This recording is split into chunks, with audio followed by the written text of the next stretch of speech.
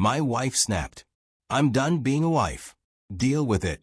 After months of distance and late-night team events, so I dealt with it. With the prenup, her own father made me sign. Sup Reddit. My wife told me to deal with our dead marriage after she turned it into a roommate situation. Then I found out she'd been cheating the whole time, so I dealt with it. Grab your popcorn and enjoy the show. Name's Alan, 36, male. Been married to Blair for 8 years. She's 33. First 3 or 4 years were solid. We bought a fixer-upper in Riverside, one of those 1980s split levels. Spent weekends knocking down walls, refinishing hardwood, learning to tile from YouTube. We'd cook dinner most nights. Normal married people stuff. I'm an industrial welder at a manufacturing plant. Been there 11 years. Worked my way up from general labor. It's solid work, decent pay, union benefits. I know steel, aluminum, fabrication. I can TIG, weld, stainless steel pipe in my sleep. Blair's a senior recruiter at a consulting firm downtown. Different worlds, but it worked for a while.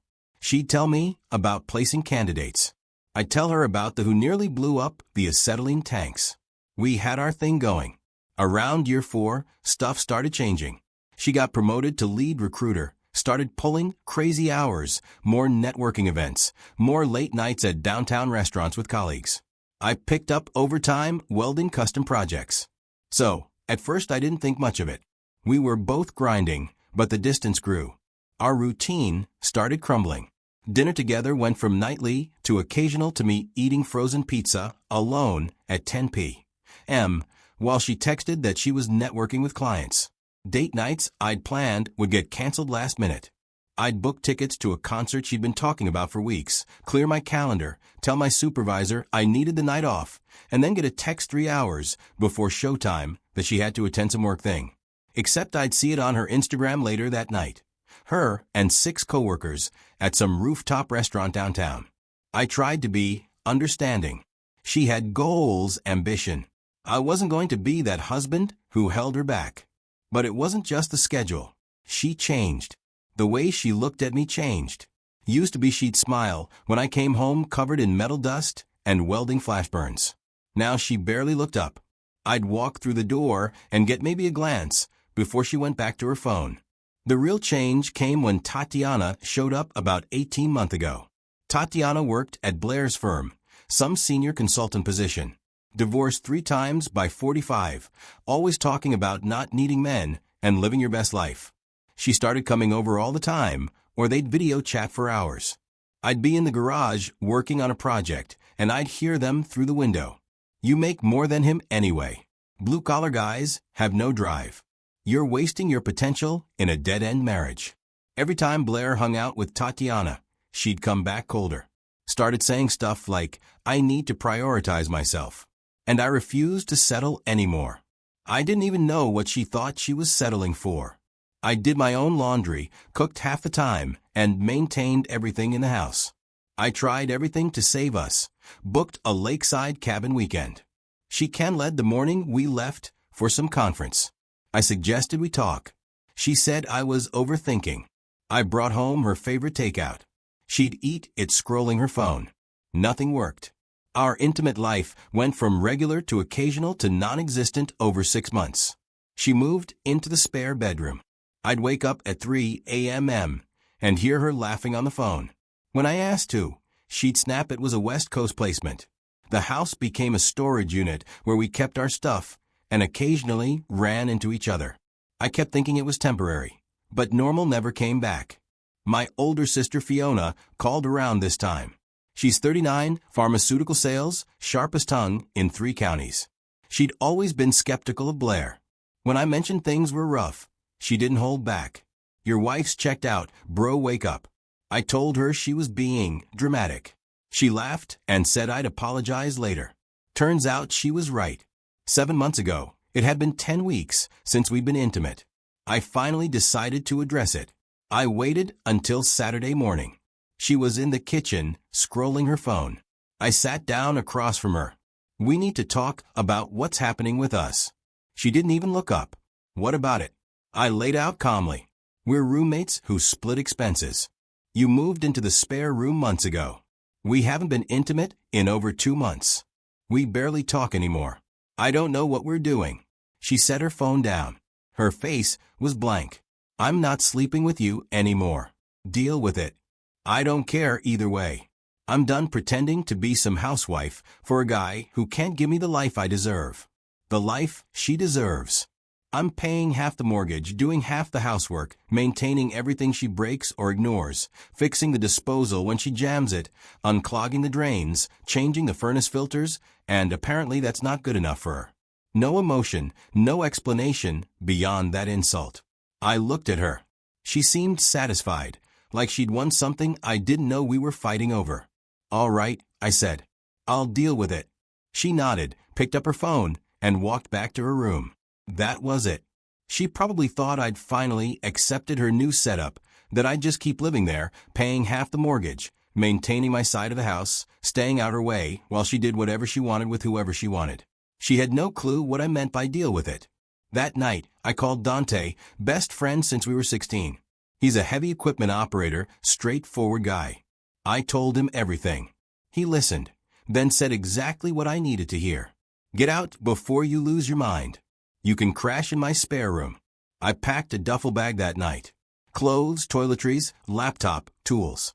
Wrote a note on the kitchen counter. "You wanted space. Here it is. Don't contact me unless absolutely necessary." Left at 5:00 a.m. before she woke up. First thing that morning, I opened a new bank account, rerouted my direct deposit, calculated my exact share from our joint account, withdrew it, and left her portion untouched. Everything documented. Then I scheduled an appointment with a divorce attorney for Monday. Dante's place was near the industrial park. Dante worked rotating shifts. We'd sit on his couch, watch games, order Chinese, talk about normal stuff. Blair texted a few times that first week. All business. The mortgage is due. Water bill came. She seemed mildly surprised I left, but didn't ask me to come back. Didn't apologize for anything she'd said. Just sent updates like I was a former roommate. My appointment with the attorney was Thursday morning. Dante came with me to the office. The lawyer was Carter, recommended by Dante's brother. His office was on 4th Street. We sat down in his office. I brought every financial document I could find. Bank statements, mortgage papers, retirement accounts, tax returns, everything. Started explaining the situation. About 12 minutes in, he stopped me. "Did you sign a prenuptial agreement?" I nodded. "Yeah, I brought it. Her dad insisted before the wedding." Now here's the thing. Blair's dad is an investment banker type. Works at some wealth management firm. Very protect the family assets kind of guy. When we got engaged, he insisted I sign a prenup. Standard stuff about keeping premarital assets separate. Clear property division. I didn't think much about it. Wasn't marrying her for money. So I signed it without reading too deep. Figured it would never matter. I pulled the folder and handed it over. Carter started reading. About 6 minutes in, he stopped, leaned back, then smiled. "Alan, there's an infidelity clause in this prenup." I wasn't following. Meaning what? If either party can be proven to have had an affair, that person gets nothing from the joint assets and no spousal support. He let that sink in. I thought about the late nights, the distance, how she changed after Tatiana, the work trips, the hidden texts, the 3 a.m. phone calls. Then I remembered something. We had an old tablet at home. Used it for recipes years ago. It had been sitting in a drawer, forgotten. When we set it up, we used our shared cloud account. If she'd been messaging someone and that tablet was still connected, everything would sync there. Carter caught my expression. "Don't break any laws." "Don't worry, I won't." I left his office with a plan already forming in my mind. Blair had a 4-day work trip to Atlanta coming up, which meant the house would be empty. I still had a key. That entire week dragged. I went to work, welded, tried to focus, then came back to Dante's place, ate dinner, pretended to watch TV. Part of me hoped I wouldn't find anything, but the part of me that had watched her disconnect for 18 months knew better. Wednesday evening, she texted that she was boarding her flight. I waited until 10 p.m., then drove to the house. I found the tablet in the drawer exactly where I remembered it. Plugged it in. Took about 30 minutes to charge and sync. The messaging app had 312 unread messages. Most were spam, but one contact was saved as just R. I opened it. The first message was from 7 months ago, right around the time everything fell apart. It started normal enough, work stuff. Great meeting today. Thanks for the recommendation. But it shifted fast. Flirtation, inside jokes, plans to meet after recruiting events. And then it got way worse. Messages about hotel rooms. Specific dates and times. Complaints about me. He's so checked out. We're basically just roommates at this point. He doesn't even try anymore. Funny, considering I was the one trying to book weekends away while she canceled them for conferences, where she was apparently hooking up with her colleague. He'll never find out. He's too focused on his job to notice anything. That one stung. I deserve better than this life. You make me feel alive again. There were mentions of coordinating meetings, covering for each other, and even a trip to Phoenix she told me was a mandatory recruiting conference. She'd sent me pictures from it, posed in front of the convention center with other recruiters. Turns out half those recruiters weren't even at the same hotel. She was with him the whole time. There were photos too. Them together at restaurants, in hotel lounges, and in what was clearly a hotel room. One picture was taken in our guest room in our house. The guy's name was Raphael. I recognized him from Blair's work functions she dragged me to. One of those senior consultant types who thought his suit made him interesting. Always in three-piece setups, always full of stories about landing major clients. She'd mentioned him before. Raphael thinks we should restructure the team. Raphael suggested a new sourcing strategy. Raphael's really good at client relations. I sat on that kitchen floor and screenshot everything, every message, every photo, every hotel charge she sent him from our joint account. 7 months of documented affair, all in her own words and transactions. She was either too stupid or too arrogant to hide it. I forwarded everything to Carter that night. Attached photos, messages, receipts, the whole thing. He called me within 2 hours. This is bulletproof. Combined with the prenup and this evidence, she's walking away with basically nothing. Maybe her retirement account from before the marriage. Are you sure you want to do this? Absolutely, I said. File everything. Fiona called that night too. About time. Told you she was trash 6 months ago. This is going to be beautiful. Blair returned from Atlanta on Friday. Didn't mention her trip, didn't ask about my week, just texted me about some bills. Asked if I could stop by Sunday morning to handle them, because apparently she couldn't figure out how to pay utilities without me. I drove over Sunday morning. She was waiting, actually gestured for me to sit at the kitchen table like she was hosting a meeting. I was curious where this was going. She launched into this prepared speech about how she'd been thinking during her trip to Atlanta that maybe we should change our marriage into something more modern and flexible. She literally used the word restructure like she was pitching a business plan. We'd split all expenses equally, keep separate schedules, basically function as roommates sharing a property. No expectations, no obligations, no pressure. I'm not into traditional marriage anymore. But we don't need to blow up our entire lives. We keep the house, share expenses, and live independently. If you can adapt to that, we can make it work. She didn't ask where I'd been staying. Didn't ask if I was doing okay. Just laid out her proposal for how I could keep supporting her comfortable lifestyle while she did whatever she wanted. I looked at her sitting there, calm, polished, makeup perfect, wearing one of those outfits that cost more than my weekly paycheck, like she was negotiating a lease instead of discussing our marriage. I smiled slightly. That sounds workable. I'll need to sort out some logistics, but I think we can make that happen. She relaxed, thinking she'd successfully manipulated me into accepting her setup.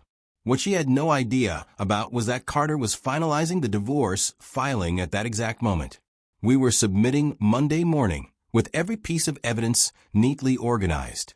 And that ridiculous, insulting proposal she just made, it only made my decision easier. Monday morning, Carter filed everything, The divorce petition, copies of the prenup with the infidelity clause highlighted, copies of every message and photo and receipt from the tablet. Full package to the court. Then, because Blair had been so calculating with her roommate proposal, and because Carter wanted to make a point, he arranged for her to be served at work during business hours. Maximum impact. I wasn't there, but the process server walked into her office around 3 p.m. on a Tuesday and delivered the papers in front of her entire recruitment team and at least 2 senior partners. Several people witnessed it. He heard her gasp when she saw petition for dissolution of marriage across the top. She called me 23 times that afternoon. I let them all go to voicemail. Later, Dante and I listened to them while eating pizza. Then she showed up at Dante's apartment around 7 p.m. I was on the couch when the doorbell rang. Dante opened the door. She looked wrecked, makeup smeared, eyes red and puffy. She pushed past him and spotted me, sitting there calmly. "What did you just do to me? You had me served at work, Alan. In front of everyone I work with. Do you understand how humiliating that was? My entire team saw it. The partners saw it. Everyone knows now." I stayed calm, took another bite of pizza. "You told me to deal with it. So I dealt with it by filing for divorce after 8 years because we hit a rough patch." Then I grabbed the tablet from Dante's coffee table, opened it to her messages with Raphael, and slowly scrolled through them. I didn't read them aloud. I just let her watch her own words appear. Her own photos load. Her face turned chalk white. Panic, then rage, then panic again. She lunged for the tablet. Dante stepped between us. Didn't touch her, just became a wall. "How dare you go through my privacy like that? That's illegal. I'll sue you for everything. I'll take the house. I'll take your retirement. It's not private when it's on our shared device, signed into our shared cloud account, located in our shared house," I said. "My attorney already verified the legality. Want the statute codes? I can recite them." I showed her the timeline I built.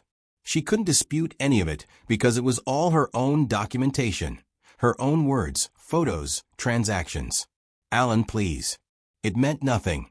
I was confused. "Raphael doesn't matter to us. It's already over anyway. We ended it weeks ago." "When did it end?" I asked. Silence. Just staring. "Let me guess, it ended about 5 seconds ago, when you realized you might actually face consequences instead of just restructuring our arrangement." She started crying, but it was fake. "We can fix this. We can go to counseling. We can work it out. I'll do anything you want. I'll change. I'll be better." "No," I said. "You told me you were done being a wife. You told me to deal with our dead bedroom and your absence. You insulted my income while spending our joint money on hotel rooms with your coworker. So I am dealing with it. You just don't like how I'm dealing with it." That's when Tatiana showed up like a villain in a bad movie. No idea if Blair called her or if she'd been lurking outside, but she stormed into Dante's apartment like she was there to rescue the situation. She immediately targeted me with that same self-righteous tone she always used. "You're really going to destroy 8 years because she made one mistake? Men cheat all the time, and women are expected to forgive them. But when a woman makes one mistake after feeling neglected, it's unforgivable. That's typical male nonsense." Dante interrupted her. "Tatiana, you've been divorced 3 times. All 3 times because you cheated on your husbands. You've spent 2 years telling Blair she deserved better than Alan. Don't pretend you weren't orchestrating this whole disaster." Tatiana's face turned red. Her mouth opened and closed. I was supporting my friend's growth and helping her realize her potential as an independent woman. "You were projecting your disasters onto her," I said flatly. "And now you're mad because she's facing the same consequences you did 3 times. How'd those divorces work out for you financially, by the way? Still paying off the legal fees from number 3. The argument went downhill fast from there. Tatiana screaming about male privilege and the patriarchy, Blair sobbing about second chances and how everyone makes mistakes, Dante holding firm at the door explaining property law and prenups. Eventually, I just stood up and walked out. Drove around for 2 hours. Grabbed food from a drive-thru. Didn't return until after midnight when I knew they'd be gone. Fiona called while I was driving. Wow, I heard you served the papers at her office publicly in front of her whole team. I'm so proud of you right now. I might cry. Want me to slash your tires now? I've got a knife in my trunk. Still no, I said, but I appreciate your enthusiasm. Patience, she said. The best revenge is served cold and with proper documentation. And you're just getting started. This is going to be beautiful. The next several days brought the expected legal stuff. Blair's attorney contacted Carter immediately. They challenged the tablet evidence, claimed it was obtained illegally. Carter destroyed that argument within an hour. He submitted documentation, proving we'd both set up that account together 4 years ago. Then they tried to invalidate the prenup, claimed it was signed under duress, that her father pressured me into signing without proper legal help.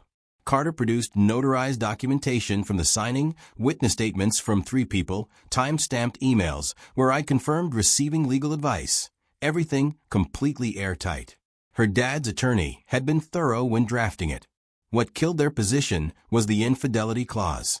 Proven infidelity meant the cheating party kept only premarital assets, no division of the house, no split of accumulated savings, no spousal support, nothing accumulated during the marriage went to the cheating spouse. Her attorney advised immediate settlement after reviewing everything. She had no options. Litigation would drain more in legal fees than she could possibly recover, even in the best case. The math didn't work in her favor. She tried direct contact several times over the next week, texted that she missed me, that she'd made a huge mistake, that she still loved me and we could work through anything. But I didn't buy it for a second, and neither did anyone else who knew the situation. She missed the stability. She missed having someone who maintained her comfortable life while she did whatever she wanted. She didn't miss me. She missed what I provided. 2 weeks after filing, I got a Facebook message from someone named Harper. Didn't recognize the name. The account looked real, but I had no mutual friends. Is this Alan, Blair's ex-husband? I almost ignored it completely, figured it was some friend of hers trying to guilt-trip me. But curiosity won. Yeah, who's asking? I'm Raphael's girlfriend. Actually, ex-girlfriend as of yesterday morning. Found old messages between him and your wife on his laptop. Knew he cheated on me before, but didn't realize she was married at the time. Sorry you went through that. He's absolute garbage. We exchanged several messages over the next hour. Turns out Raphael had been cheating on Harper with Blair for months, while telling Harper he was working late or attending conferences. Then, when Blair's marriage blew up publicly and became complicated, he immediately moved on to someone else and ghosted both of them. Harper had just discovered everything yesterday morning. She ended it immediately, moved out of his place within 6 hours with help from her brother, who apparently wanted to punch Raphael. But Harper talked him down. She seemed solid from our messages, straightforward, direct, no games or drama. Had this dark sense of humor about the whole disaster that I found refreshing after months of walking on eggshells. Made jokes about her terrible taste in men and how she should have seen the signs earlier. After about 15 messages back and forth, she texted, "If you want to grab coffee sometime and talk about our terrible exes, I'd be interested. No pressure, though." I agreed. We met at a coffee place near downtown that Saturday afternoon. She's a freelance photographer, mostly commercial work and occasional weddings. Sharp wit, cynical about relationships in a way I found honest. We laughed about how absurd it was that we were sitting there because of those 2 disasters. One coffee became dinner the following week at a burger place that had been featured on some food show. Then we met for milkshakes after that. Then she came over to see the small house I just bought near the plant, a 2-bedroom with a garage I could actually use for projects. We were sitting in my living room talking about photography and welding and whether they had anything in common beyond both involving precision and heat, and she just looked at me directly. This is weird, right? Us being here? Extremely weird, I agreed. But good weird. Definitely good weird. Now look, I know you're probably going to say this is too rushed, but honestly, it felt easy and comfortable. It was the first time in months I'd felt like I was with someone who actually wanted to be there. She was kind, easygoing, funny. She actually listened. We'd been seeing each other for about 3 weeks when Fiona invited herself over unannounced one Saturday afternoon. She took one look at Harper and nodded. I like her. She's a keeper. We're not rushing, just being friendly. Oh, come on, she smirked. She's definitely into you. Meanwhile, word apparently spread through mutual connections about Harper and me. Blair's text shifted from sad and apologetic to angry and accusatory. I started getting messages accusing me of moving on too fast, of deliberately dating Raphael's ex to hurt her, of being vindictive and petty and cruel. I didn't respond to any of them, just sent screenshots to Carter for documentation in case she tried anything. Then Tatiana got involved. Of course she did.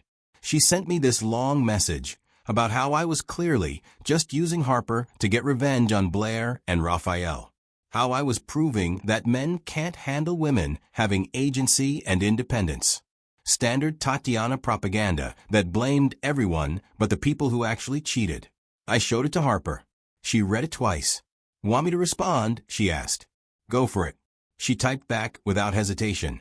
Tatiana, not everything revolves around your disaster, friend. Alan and I connected because we both got burned by the same cheaters. The difference is we're moving forward instead of wallowing in drama and blaming men for consequences women caused. Stop projecting your 3 failed marriages onto other people's lives. Then she blocked Tatiana's number on my phone and handed it back. That work? She asked. Perfect, I said. The settlement hearing was scheduled for 5 weeks out. Carter confirmed it would be brief. The whole thing took maybe 30 minutes. The judge reviewed documentation, asked a few standard questions about division of assets, and whether mediation had been attempted. Blair showed up with her attorney, sat across the aisle looking smaller than I'd ever seen her, exhausted, wearing clothes that didn't quite fit right anymore. She signed the settlement without making eye contact once. Didn't try to argue, didn't make a scene, just signed where her attorney indicated. The house was mine. The accumulated savings were mine, except her premarital retirement account that amounted to about $14,000. No spousal support whatsoever, no alimony, no ongoing payments. She left with her car, that retirement account, personal belongings, and whatever she could physically carry out. Nothing accumulated during the marriage went to her. The judge signed off. Done. 8 years dissolved in 30 minutes of paperwork. I walked out of that courthouse feeling like I'd shed 100 pounds of dead weight I'd been carrying around. Harper was waiting outside in the sunshine. How'd it go? Clean sweep, I said. Everything's done. Good, she said. Want to get lunch and celebrate your freedom? We went to this burger place downtown and spent 2 hours talking about everything except my ex-wife. It felt good, like starting over without the baggage. About 2 months after everything finalized, things escalated in ways I didn't expect. Harper and I had been together for around 4 months at that point, taking it slow, but it felt solid and real. She'd started keeping clothes at my place. We'd fallen into comfortable routines. She'd met some of my coworkers at a plant barbecue. From what I heard through various connections and Fiona's extensive intelligence network, things had gone downhill fast for Blair. Raphael had ghosted her entirely once the divorce finalized, and she became officially available. Tatiana also disappeared once the drama stopped being entertaining and started carrying actual consequences. Stopped responding to Blair's messages, stopped showing up at her place, suddenly had other commitments. Turns out her interest in female empowerment and supporting friends didn't extend to actually helping them through difficult situations she'd helped create. She was fine encouraging Blair to blow up her marriage, but not interested in dealing with the aftermath. Blair was completely alone. Had to move into a small apartment across town in a neighborhood she used to mock because she couldn't afford anything better on her own. Her Instagram went from carefully curated professional photos to occasional sad posts about growth and healing and finding yourself, the kind of posts that scream, "My life fell apart and I'm pretending it's a journey." Then one Saturday morning, everything blew up in ways I didn't see coming. Harper was at my place making breakfast, wearing one of my old work shirts and looking comfortable in my kitchen. She'd stayed over the night before. We'd watched movies and talked until 2 a.m. about nothing important. I was in the garage organizing tools when I heard someone pounding on my front door. I walked around to the front. Harper had already opened the door, spatula still in her hand. Blair stood there looking unhinged. She looked past Harper and spotted me coming around the corner. Her face went from devastated to furious in half a second. "Are you serious right now? You're with her in your house, making breakfast together?" Harper stayed perfectly calm, still holding that spatula. "Hi, Blair. We actually met once at a recruiting event about 8 months ago. Raphael introduced me as his colleague. Funny how that worked out. Small world." Blair's face twisted into something ugly. "This is disgusting. You're doing this to hurt me. Both of you are pathetic." I stepped forward. "I know exactly who she is. Someone who got lied to and cheated on by the same person you cheated with. We have that in common. Shared trauma and all that."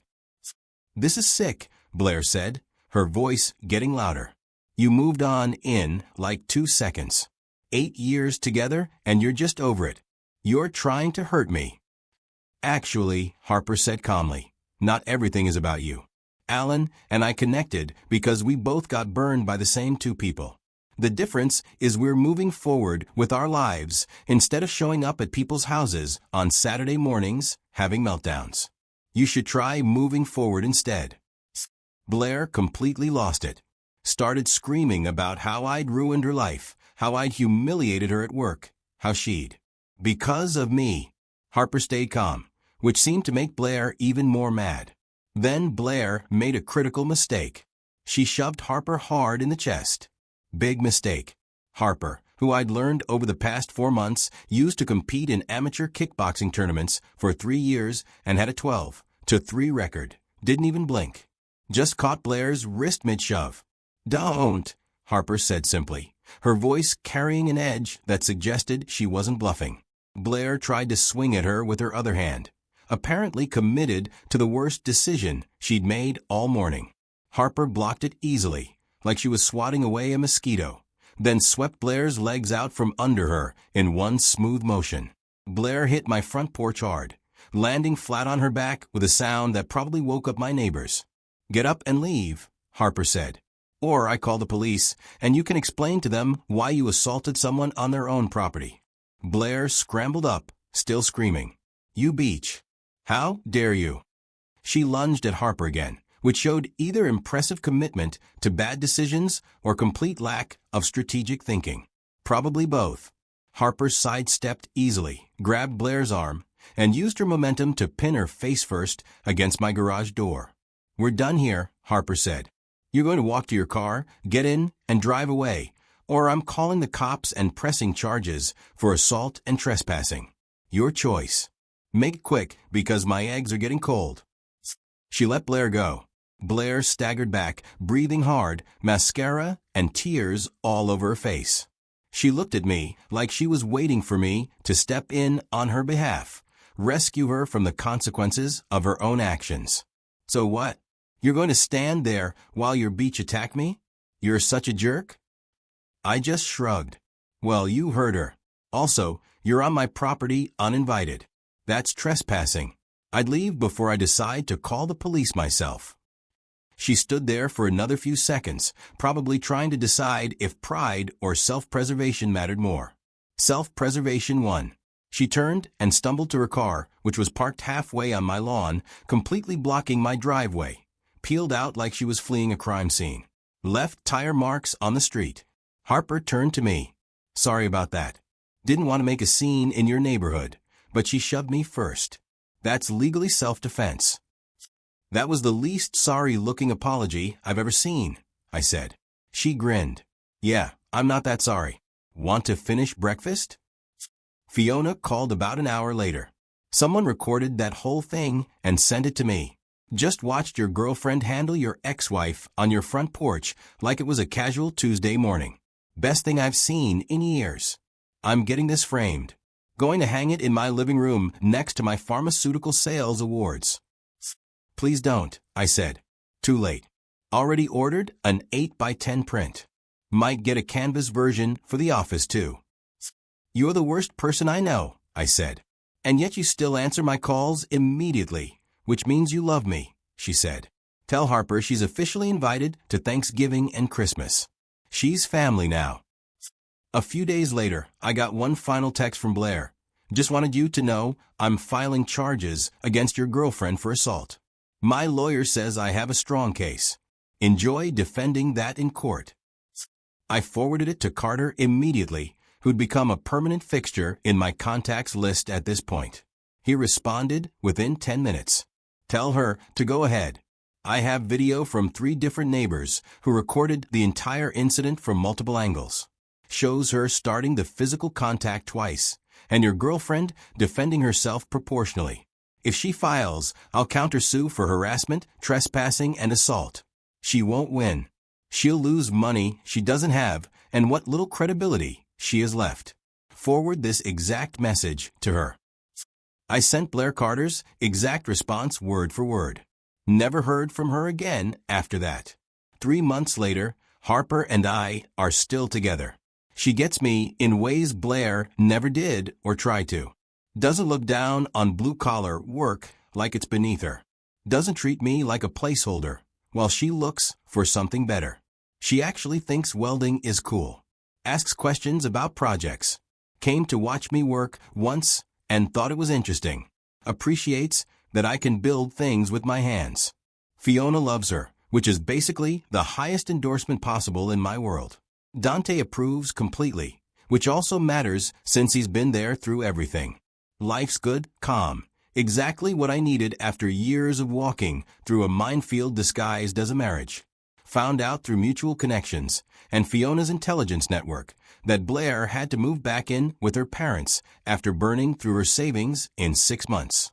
Turns out expensive apartments and maintaining the lifestyle she thought she deserved required 2 incomes, not inspirational Instagram posts about growth.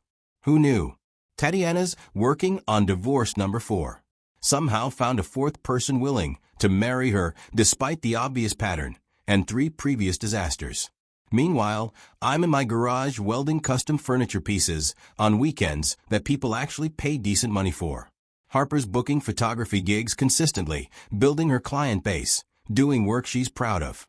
We're planning a trip to Colorado in the fall to photograph mountains and maybe do some hiking.